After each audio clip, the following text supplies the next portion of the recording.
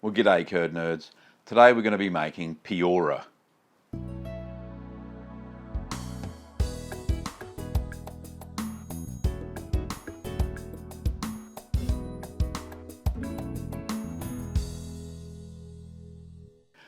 Now, Piora is a Swiss cheese made in the Italian-speaking part of Switzerland.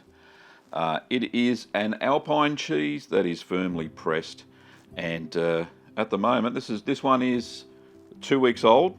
I made this at the same time I made the Asiago, and it is very firm. It's starting to form a rind now.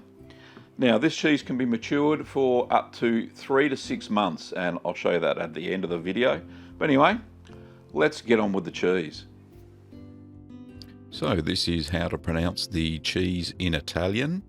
Formaggio d'Alpe Piora.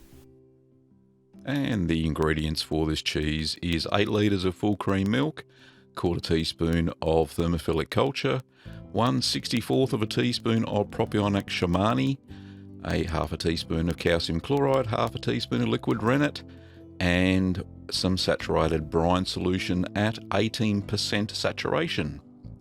So bring the temperature of your milk up to 33 Celsius or 92 Fahrenheit.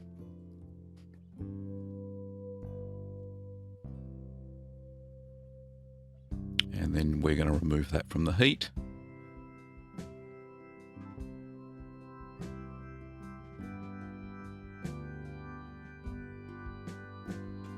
And then we're going to add our thermophilic culture, and this was 1/4 teaspoon.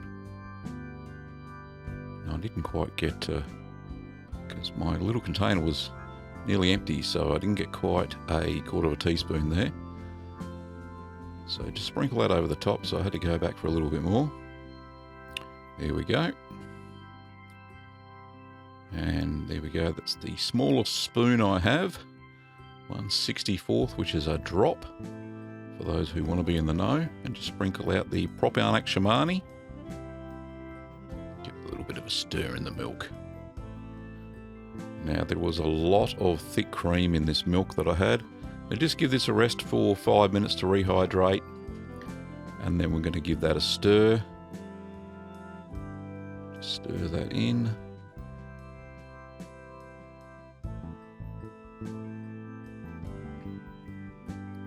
So I'm stirring for about 2 minutes just to make sure that the starter cultures are all incorporated through the milk. It's still at 33, a little bit over, but that's okay. So we're going to let that ripen and acidify for 15 minutes. There we go, look, I'm using an old school iPhone there. Okay, after 15 minutes, we're going to add the liquid ingredients. So here is my calcium chloride, so I'll give that cream a stir back through the milk again. Just pour in the diluted calcium chloride, that's diluted with non-chlorinated water. So give that a good stir for about a minute.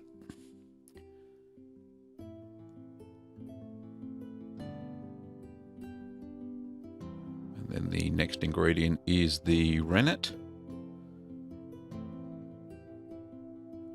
And that again is diluted in 1/4 cup of non-chlorinated water. Now if you use tap water, it actually inhibits the rennety action, the coagulation action of the rennet. So use non-chlorinated water. So I gave that a stir for about a minute there, and then pop the lid back on so no fluff gets into your milk. So we're going to let that coagulate for 45 minutes. Now 45 minutes later, just going to check for a clean break. There we go, lovely nice split there. Now as this is an alpine cheese, look, I'm just going to do the horizontals with my curd cutter. Now you can do this with a skimmer. Now we're just going to use the whisk to cut the curd into plump rice grain size pieces. Now you can do this with a whisk, and you can do the horizontals with a skimmer. So just plop your whisk up and down, and then we're going to allow that to heal for 10 minutes.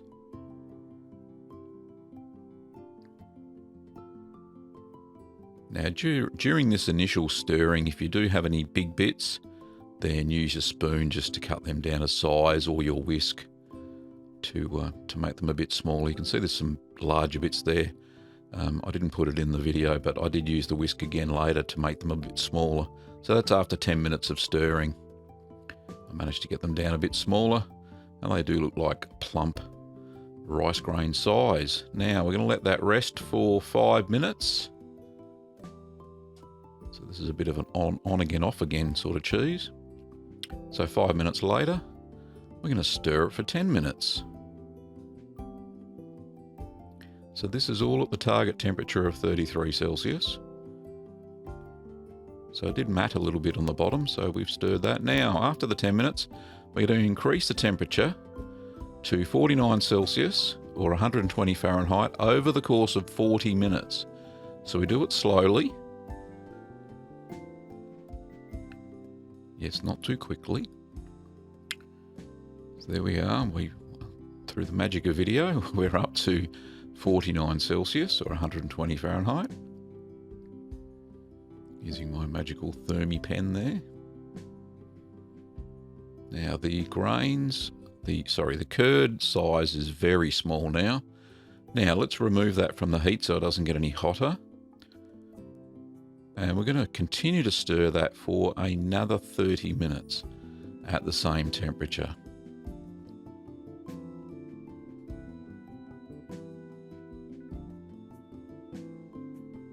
So still stirring, very small, as you can see the curd size there.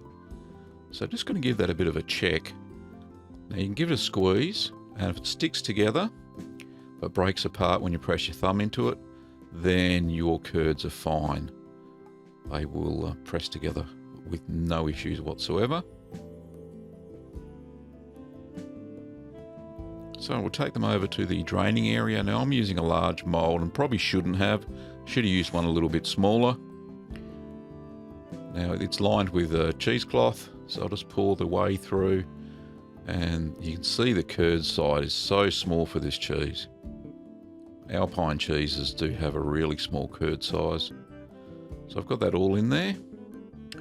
I'll move that over to the pressing area, so I'll just fold the cheesecloth over the top there, and I'll pop the follower on top in a second. There we go.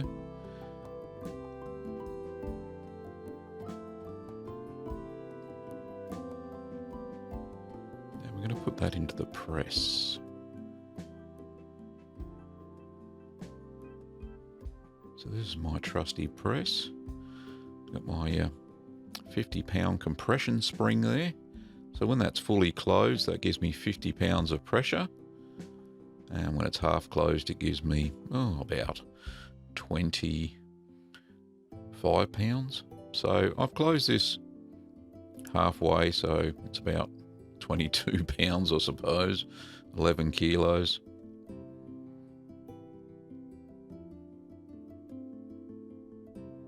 Okay, so we'll take that out of the press. That was only for 30 minutes. So it's formed quite well. We're just going to turn that over, and we're going to press it for a second time. This time we're going to press it very hard all the way down at 22 kilos or 50 pounds for 10 hours. So this is a very firm pressing. It's a nice compact alpine cheese. Okay, after the 10 hours, we're going to take it out of the press and we're going to brine the cheese. Okay, prop it into your room temperature brine. Now I put a little bit of salt on top, so we're going to brine that for 10 hours and we're going to turn that once at the 5-hour mark. Now I did put a little bit of salt on top because it wouldn't submerge fully. Okay, after the 10 hours is finished, we're going to put that onto a drying mat. I'm going to air dry that for a few days until it's touch dry. That's what it looks like. You can see it's got some nubbins there, and they're just from the from the mould. It did press a little bit funny there, as you can see. The follower made a bit of a funny shape on top. So just until it's touch dry. So that's after it's been air dried. You can see it started to form a bit of a rind. So we're going to ripen that at 10 to 12 Celsius or 50 to 54 at 85% humidity. So we're going to pop it in a ripening box and turn it daily for the first week. So for the first week though, we're going to wash it with a simple brine solution twice a week for another week. So to make a simple brine solution, it's easy. It's 2 teaspoons of salt in 1 cup of cooled boiled water.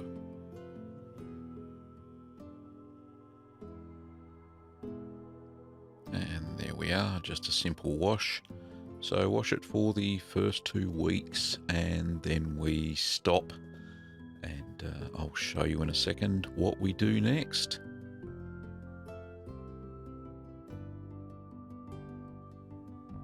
It will just form a rind naturally. So the humidity is not very high in the ripening box for this cheese. Well, there you have it. This cheese Piora traditionally has small eyes in it, and that's why I put in a minute amount of propionic Shimani into the cheese to see if we could get some tiny eyes in it. I don't know, it's a fairly small cheese. We'll see what happens. The pressing kind of went a bit skew-iff, as you can see there, but I think it'll still turn out okay. Now, after about 2 weeks, which this is 2 weeks old, we can simply brush it, just using a little dry brush. You don't need to use a brine solution or anything like that.